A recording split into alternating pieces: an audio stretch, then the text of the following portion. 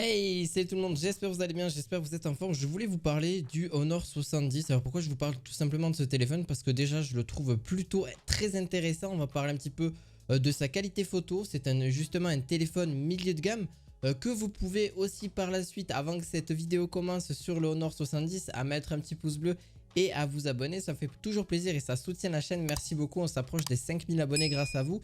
Et par la suite, donc, je vais vous parler du Honor 70, de ses qualités et de ses défauts. Vous pourrez bien sûr le retrouver en description de vidéo pour ceux qui sont à la recherche de ce téléphone.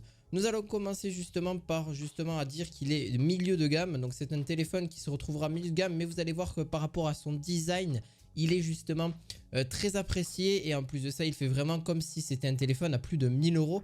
C'est plutôt très intéressant. Il va être accompagné justement de 128 Go justement de stockage avec 549 euros seulement, et sa version 256 Go à 599 euros. Son design et sa partie photo, ce modèle cherche à présenter surtout du haut de gamme, mais en soi il est que à 500 euros et c'est ça l'avantage. Vous allez voir, grâce à son prix qui est vraiment très abordable, vous allez le voir un petit peu parce qu'il a pas mal justement de composants et de technologies très intéressantes. D'ailleurs grâce à celui-ci, on va aussi parler de quelques petits défauts sur ce téléphone que vous allez pouvoir voir. Au niveau de son écran OLED à deux faces incurvé, et justement qui a une bonne prise en main, et justement aussi qu'on va parler de sa qualité à ce niveau là, parce que certes il a une bonne prise en main mais aussi il a une très bonne qualité photo.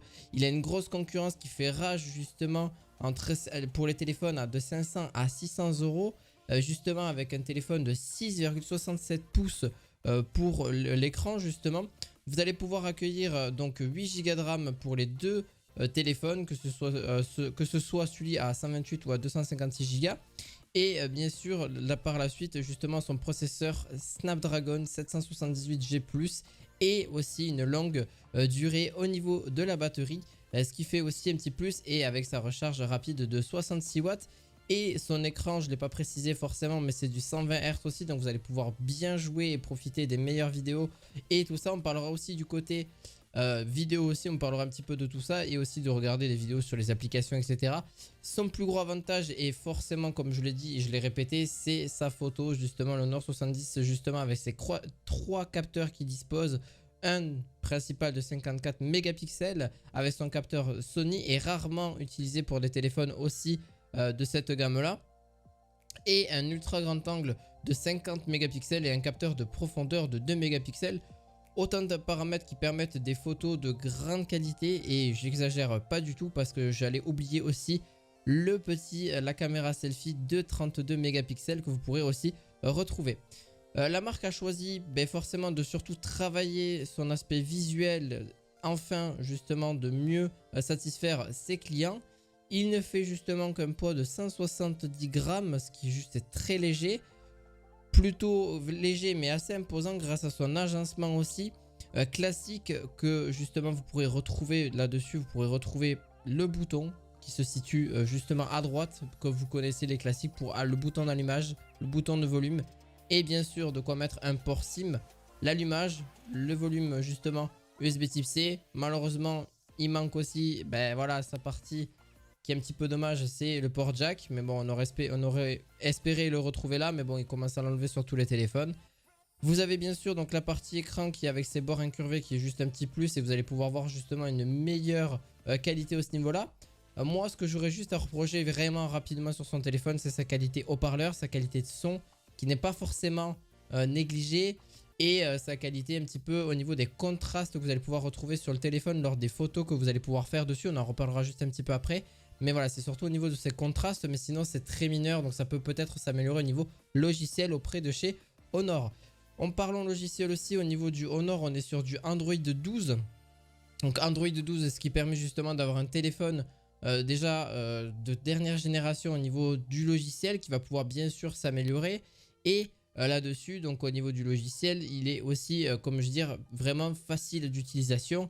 Grâce à sa partie photo qu'on partira un petit peu après, grâce à son écran OLED de 2400 par 1080 pixels et son 120 Hz. Vous avez d'ailleurs par rapport à cet écran, j'en fais vite fait l'apparence, mais vous en avez trois modes d'écran possibles. Donc l'adaptatif qui monte de 1 à 120 Hz quand vous en avez besoin, donc ça c'est très bien. Vous avez le mode normal 60 Hz que tout le monde connaît, ou soit vous avez le 120 Hz tout le temps. Mais ce qui est beaucoup plus énergivore au niveau de la batterie. Même si la batterie, vous allez voir, qui est quand même pas trop mal et qui a été testée sur plusieurs jours sans problème. Vous pourrez l'utiliser sur une journée et avoir une bonne batterie pour l'utilisation classique justement des réseaux sociaux, de regarder des vidéos, de jouer un petit peu, faire du gaming, etc. Sans problème, une bonne journée, le téléphone vous tiendra à ce niveau-là.